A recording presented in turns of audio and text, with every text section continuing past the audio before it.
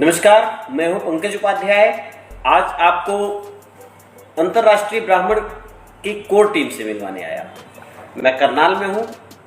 आज बात करेंगे श्रीमान ऋषिपाल आनंद जी से, ऋषि शर्मा जी से और सतीश भारद्वाज जी से। एडवोकेट हैं सतीश भारद्वाज जी। आप लोगों की कोर टीम ब्राह्मण इंटरनेशनल को संचालित करती है।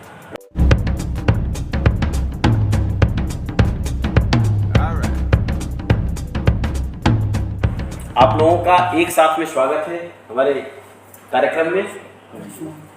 और स्वामी जी, आप लोग इंटरनेशनल लेवल पे इस संस्थान को लेके चलने का काम कर रहे हैं।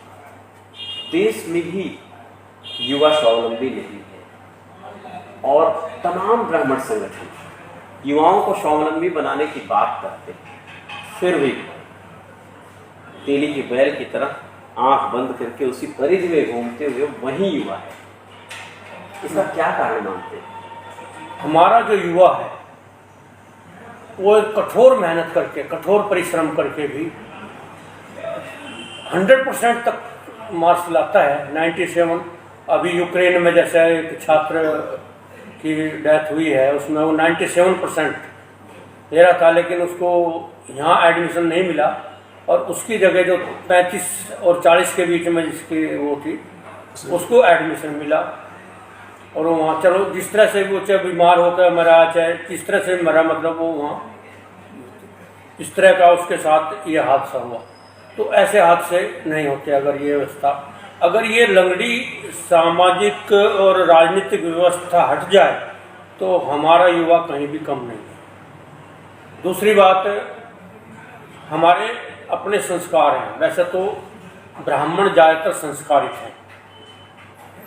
आज अगर हिंदू धर्म को, सनातन धर्म को आज अगर विश्व के पटल पर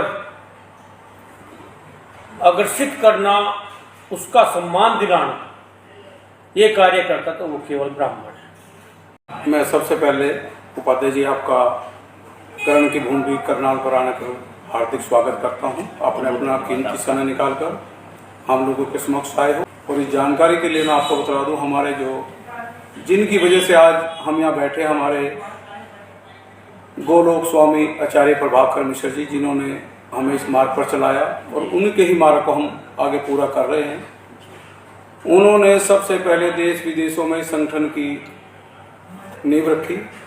उसके बाद सबसे पहले जो कुंभ का, कभी भी कोई कुंभ ब्राह्मण के नाम से नहीं लगता था, ब्राह्मण अंतर्राष्ट्रीय संगठन के नाम से कुंभ का शिविर लगना शुरू हुआ, जिसमें देश से विदेशों से अपने लोग आते थे और वो देख के बड़ा खुश हुआ करते थे कि भाई ब्राह्मण हमेशा खाने वाला सुनते थे, लेकिन आज ब्राह्मण खिलाने वाला। दूसरी बात रह गई कि संगठन को जोड़ना।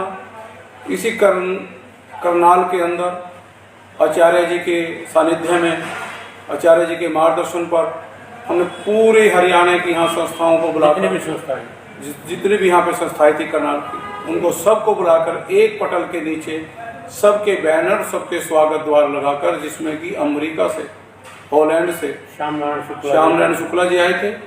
काफ़ी लोग, किस के नाम मैं बतलाऊँ कि बहुत लोगों ने यहाँ पे आके एकजुट वो किया था, बहुत प्रयास किया था, ब्राह्मणों को बहुत प्रोत्साहन दिया। और वो रिकॉर्ड था कि जो कि प्रोग्राम सुबह 10 बजे से लेकर रात के 7:15 तक निरंतर चलता रहा और सब लोग चकित थे कि लोग कैसे बैठे। सतीश भारद्वाज जी, आप एडवोकेट हैं, हरियाणा राज्य की ब्राह्मण सभा को, अंतर्राष्ट्रीय ब्राह्मण सभा के अध्यक्ष, मुखिया के तौर पे आपके काम किस तरीके से है और कैसे आप लोगों को जोड़ पाते हैं? उपाध्याय जी, अभी शुरू में जो बात हुई कि ब्राह्मण युवा जो है वो अभी कमजोर है। जी बिल्कुल। मैं देखता हूँ कि गिलास आधा खाली नहीं, आधा भरा हुआ भी है। ऐसा नहीं है। युवा ब्राह्मण के बच्चे जो हैं वो बहुत इंटेलिजेंट है, लेकिन सबसे ज्यादा पलायन ब्राह्मण का हुआ है, इस देश से हुआ है। ऐसे ऐसे देशों में जाके बसे, शायद हम आप उन देशों का नाम तक नहीं जानते। वो राजनीति राजनीति की भेंट चढ़ी। हाँ, राजनीति की भेंट चढ़े हैं, बल्कि मेरा अपना ही प्रयास रहा है कि मैं बच्चों को इकट्ठा करता हूँ, उनको स्वावलंबी बनाने के लिए उनको सेल्फ एम्प्लॉयमेंट दिलवाता हूँ मैं। और बहुत से ऐसे काम किए हैं जिसमें बच्चे आज अच्छा कमा रहे हैं, अच्छा खा रहे हैं। वकालत के तौर पे आपकी सेवाएं जाहिर सी बात है इस जिले के लिए बेमिसाल हैं। ब्राह्मणों के लिए क्या छूट आपकी तरफ से मिलती है आपके पैसे के साथ? पैसे के हिसाब से तो ये है कि मेरे पास यदि कोई ब्राह्मण, गरीब ब्राह्मण आता है, कोई केस उसका है, तो मैं उससे फीस नहीं लेता, पूरी हेल्प करता हूँ।